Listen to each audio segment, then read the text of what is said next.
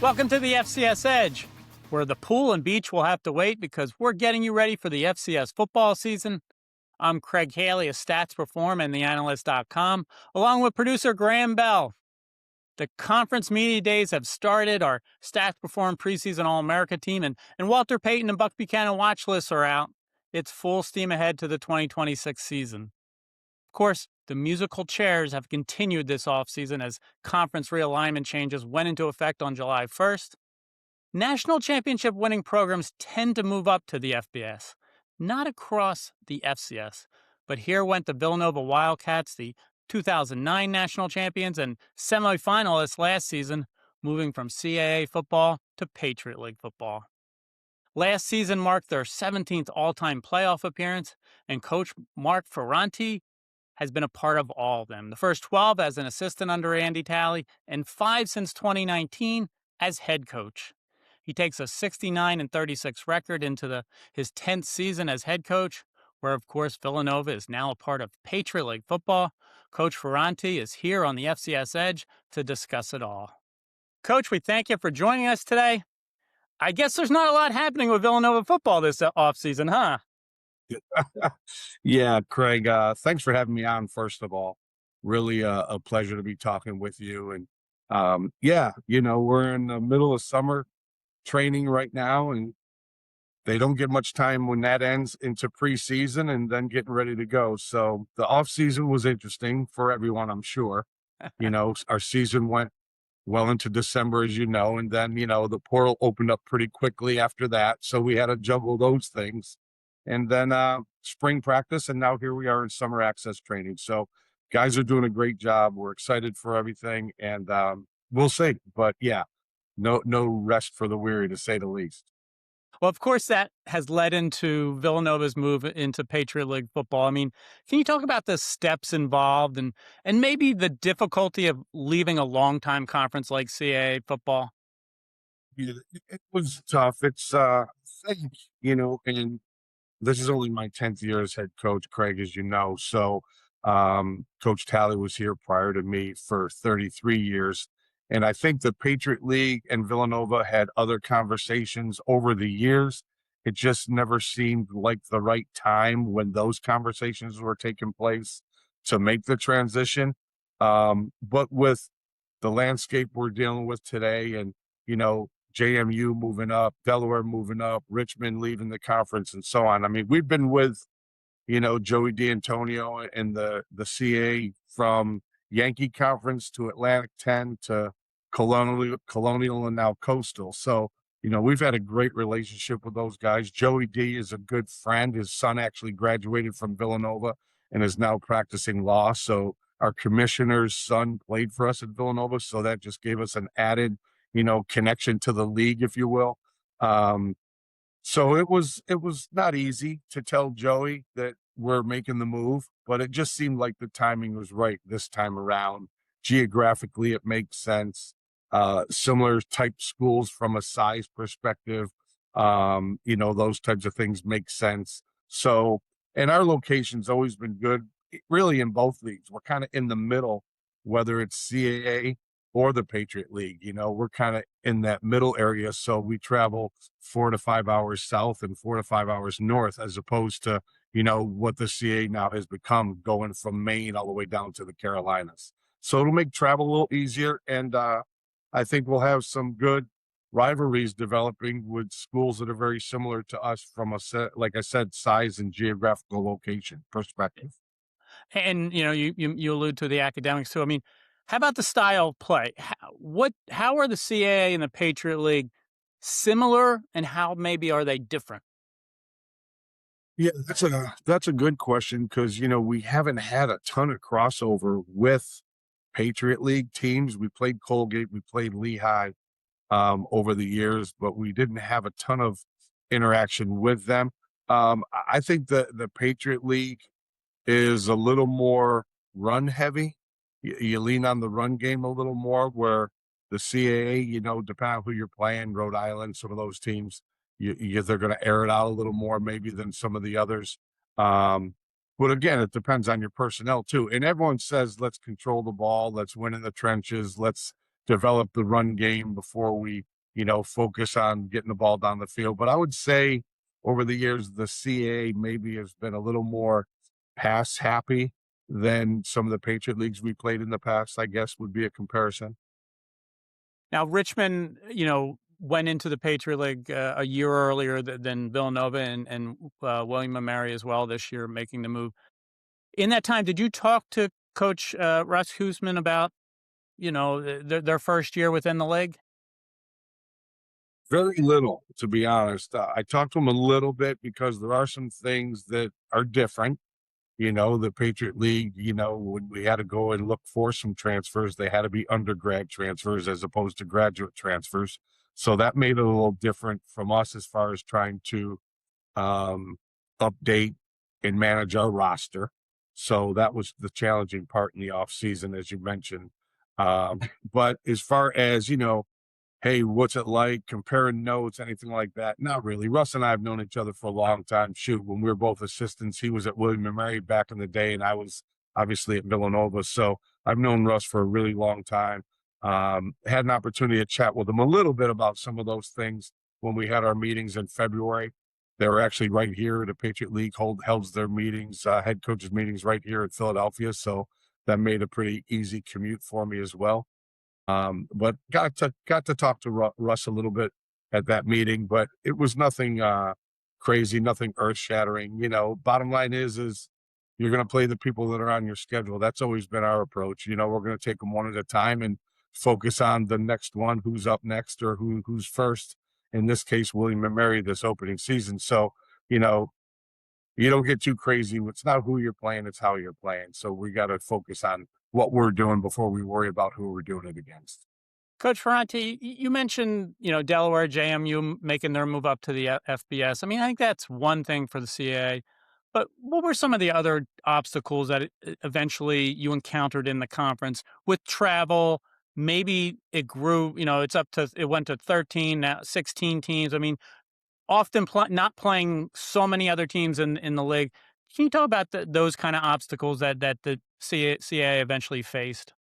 Yeah, it's always challenging when you have that many teams and you're not playing everybody. It's always hard to determine who is the true champion to get the automatic qualifying bid to the playoffs, and then who's strong enough to get some at-large bids and all that. And the CAA over the years, like I said before, even before it was called CAA Atlantic 10, has always been well respected, throughout the country and had multiple. It's always been a multiple bid league, which has been great.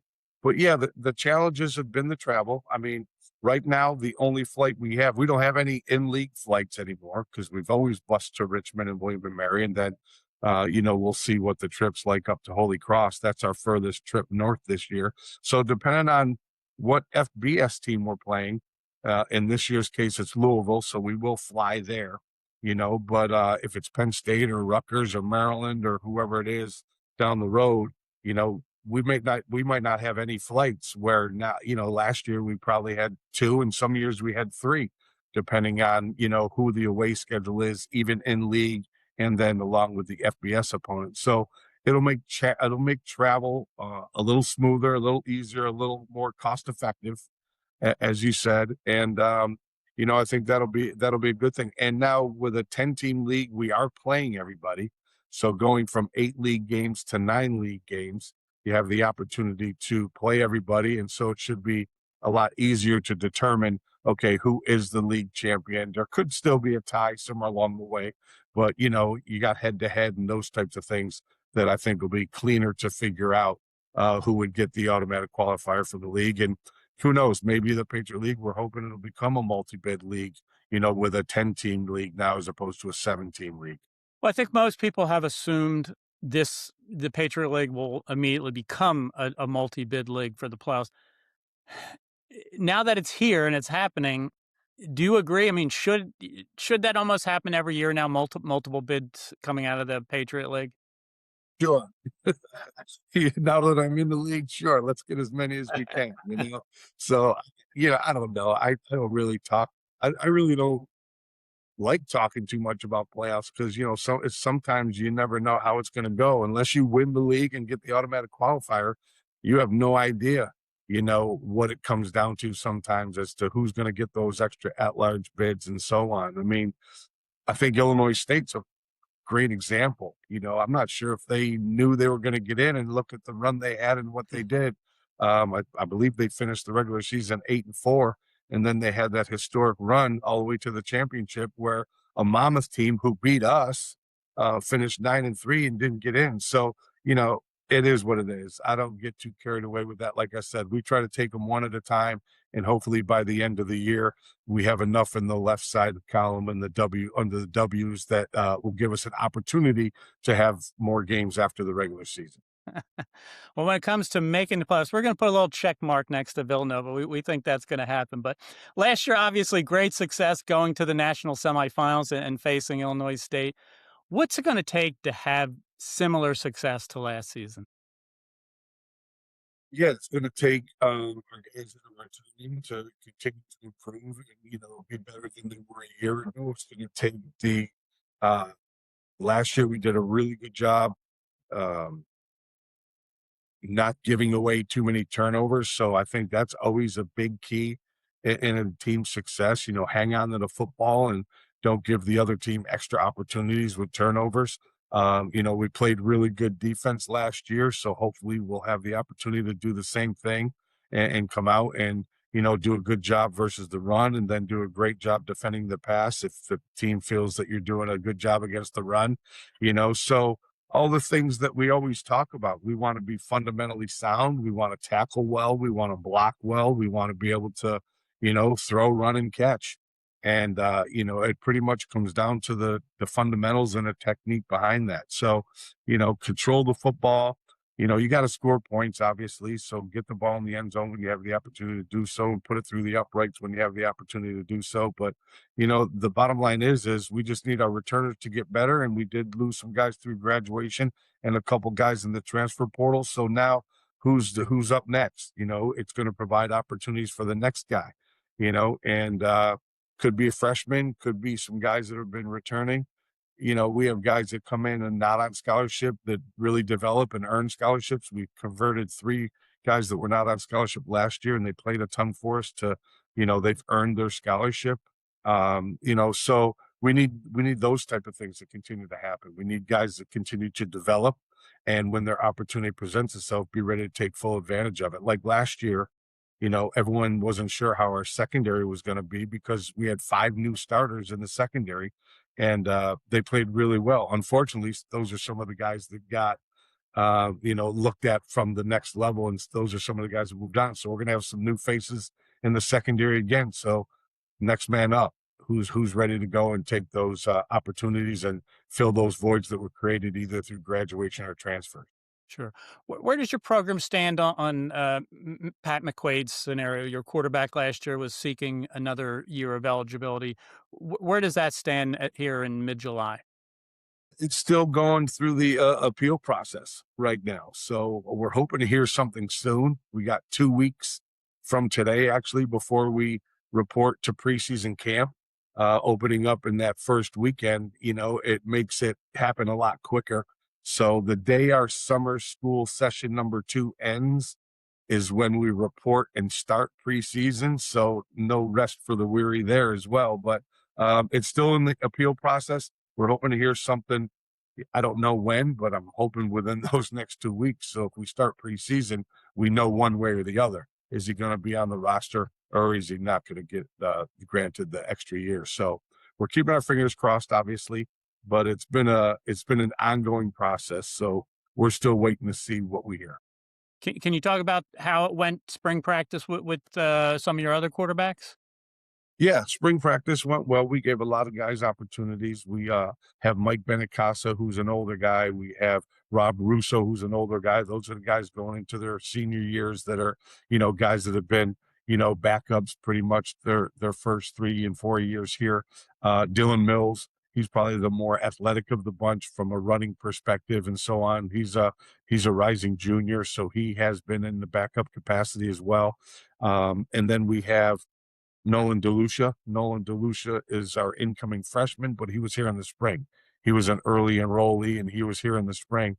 So he did some good jobs there. So it was really those 4 guys getting the bulk of the rotational, snaps in the spring, with probably Nolan and Robbie Russo getting the most of them, with, what you would call the first team offensive line and those types of guys. But we rotate guys through pretty well. Some of the guys up front have played a lot for us. So, we don't need to see them do a ton in the spring. We got to develop some of the younger guys around them. So, but those are the quarterbacks that we're kind of handing off to Ragland and Mace, and throwing the ball out there to Colby and Braden Reed and those guys. So, we'll see. We'll see. And then, obviously, if we get the word that Pat is coming back, that'll change that scenario a little. Sure. And with that, I mean, everybody always focuses on the starting quarterback as a fan. But you have guys developing in the system. Can you just talk about and any position, just the development and guys are talented. They're just waiting their time and the depth of a program.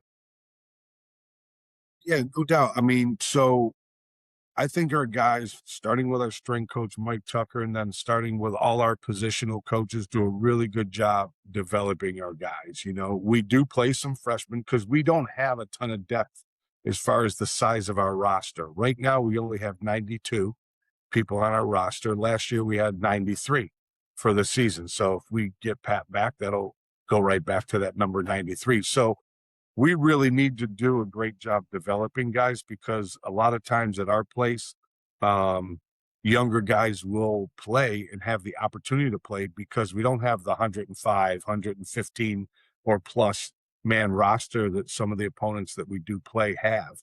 So I think all of our coaches, like I said, starting with our strength staff when they come in the summer and develop physically, and then our coaches when they meet with them and all those types of things, and get them on the field. Coach Devine, our line coach, I think does a phenomenal job. I really think all our guys do a phenomenal job developing. And I think it's shown when you have a guy like Garrett Rogan, or 2, 3 years ago, Colin Gamroth, who was our starting center and a first team all league player, who came here as a preferred walk on. We have quite a few walk ons that come in not on scholarship, not heavily recruited, but just work real hard when they're here and take to coaching and develop physically and learn things mentally, and just put in the work ethic. And, it gives them an opportunity to get on the field. And that's usually where I start and where we start at Villanova with our recruitment. If there's a guy in-house that deserves to be rewarded, then whenever we have that next cycle of scholarships available, we'll try to reward from within first before we start going looking for transfers or other high school guys in the next year's class. And the other thing, and you just mentioned it, Craig, and I just had this conversation because our whole team's here now. So I just had this conversation during study hall with our freshmen. Our freshmen are all here taking a class. I tell them, you can't wait your turn. You got to be working to try to go earn your spot now, because you never know when that opportunity is going to present itself. The guy in front of you could roll his ankle. Next thing you know, you're called upon. So you have to be working as though you're going to be playing, as opposed to being that young guy waiting his turn for someone to graduate. Because if you're waiting your turn, when your turn comes around, you're not going to be ready.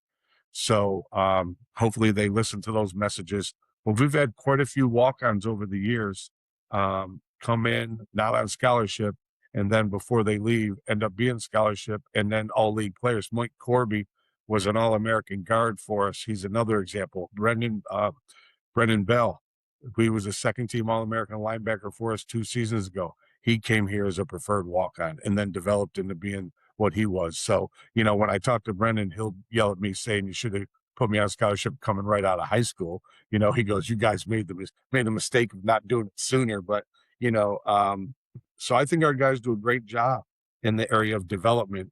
And, but it really comes down to the student athlete themselves putting in the work. Well, we're visiting with Coach Mark Ferrante of Villanova Football here on the FCS Edge. Coach is down in Florida looking quite relaxed, working on his tan, but he promises Wildcat fans he'll be back soon. Coach, is there something that you do as a program under your leadership that you did the same exact thing under Andy Talley as a program? Yeah, I think we try to develop our guys to be good people, get them to be accountable, responsible, all those things, and for themselves. Try to have a player driven motivated team, not a coach driven motivated team. Try to get them to really get to know each other and get them to really, trust each other. And, if that happens and your locker room goes along that way, they start really caring for each other and playing for each other and, loving each other. So those are the things that we've kind of always talked about here.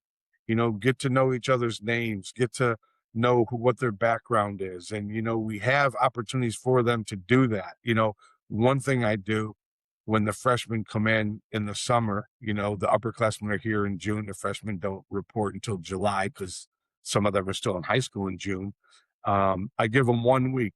I give the upperclassmen 1 week to get to know all of the freshmen's names, and then the freshmen have to learn everybody's names. And then I have a guy stand up in front of the team, and he's got to go through the whole thing and name them all. So that's something we do during summer sessions so they can come together and get to know each other, at least from that perspective. And then as the season progresses, they have opportunities to, we assign big brothers to the, younger guys coming in. I'm sure a lot of programs do those types of things, but, we really stress and talk to them about, come in here, get a great education, work your butt off to be the best football player and athlete you can become, and be a good guy, be a good person off the field, be a good human being. We do a ton of community service, not just with our program, but throughout the whole university and the athletic department.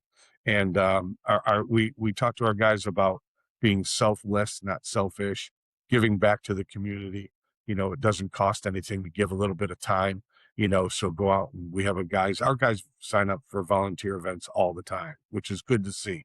And, so those are some of the things we talk about outside of football, outside of the X's and O's, because that stuff, you got to do that. That comes with it. But, just trying to hold each other accountable, but you got to look at the man in the mirror first and hold that guy accountable before you can start, leading others.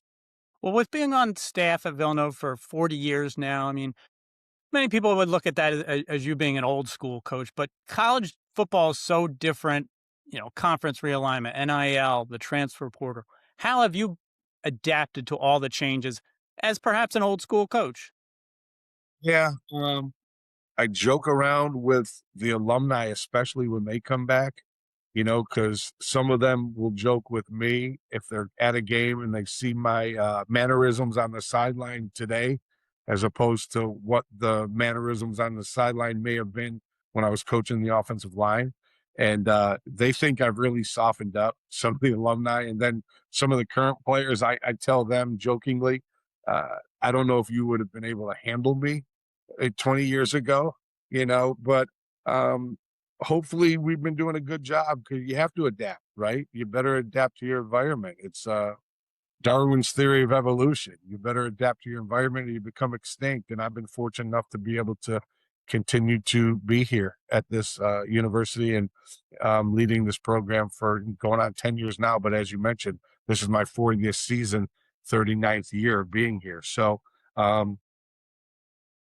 it's just been a great place for me. I do still think there's some old school things from time to time, but you have to change. You have to adapt. You're dealing with different people. You're dealing with different student athletes. You're dealing with different, things that come along with recruiting and the game and all those types of things. So we still have a little bit of old school flair in us, but uh, I think we've adapted pretty well. You can't stick your head in the sand and do it my way because this is the way we've always done it. You got to be ready to change. You can't be reluctant to change. And I think our staff and our president, Father Peter, with his support and leadership all the way down through, well, it was Mark Jackson, now Eric Rodell, our athletic director. I think we have a lot of support there. So that's always important as well. So, you know, every now and then, maybe a little old school come out in me, but I think we've all adapted really well in the landscape that we're all dealing with today. Well, Coach Mark Ferrante of Villanova Football, we appreciate your time for giving us an inside look into your program. We appreciate you doing it on vacation. I get a week there of R&R, and we hope you enjoy the rest of it. But we appreciate all of our listeners and viewers here on YouTube, and we look forward to talking to you again next month on the FCS Edge.